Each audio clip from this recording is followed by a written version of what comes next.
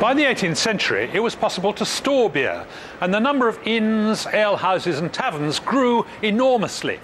In London, the taverns particularly prospered because there were loads of moneyed professionals only too happy to be relieved of some of their money in exchange for a bit of fun. In fact, the great Dr. Johnson said, "There is nothing that has been contrived by man in which so much happiness is produced as a good tavern." Well, I'm going in to have a look. As you can see, it's not at all flashy. It's comfortable and convenient, just the sort of place that men and women would have come to enjoy themselves, for leisure, in fact, like today's pubs. They would have come to gamble and to drink, and public drunkenness was quite acceptable in those days. It wasn't a problem in any way. But in fact, although this place looks very authentic, it is in fact a bit of a sham, because originally it wasn't a pub at all. It was a coffee house. This was a place where city gents would have come in off the street and sat at these very tables over cups of coffee and done amazing deals, huge financial transactions.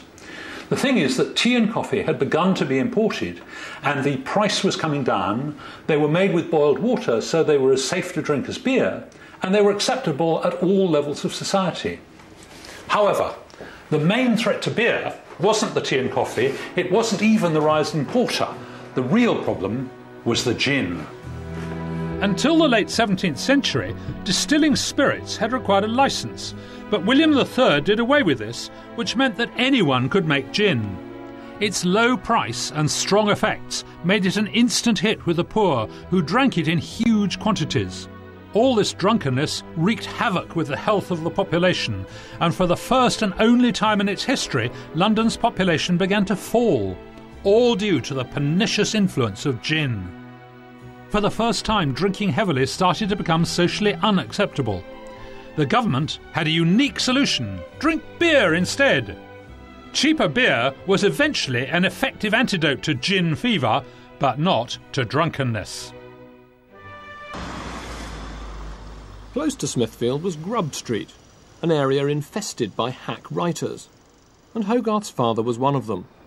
Men desperately feeding a new appetite for printed matter, to be read and discussed in the print shops and coffee houses of the time.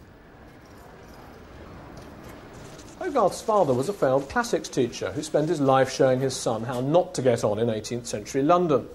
He was forever dreaming up crackpot schemes, the most naive of which was the Latin-speaking coffee house, which he opened here in Smithfield in 1703. Gratias tibi.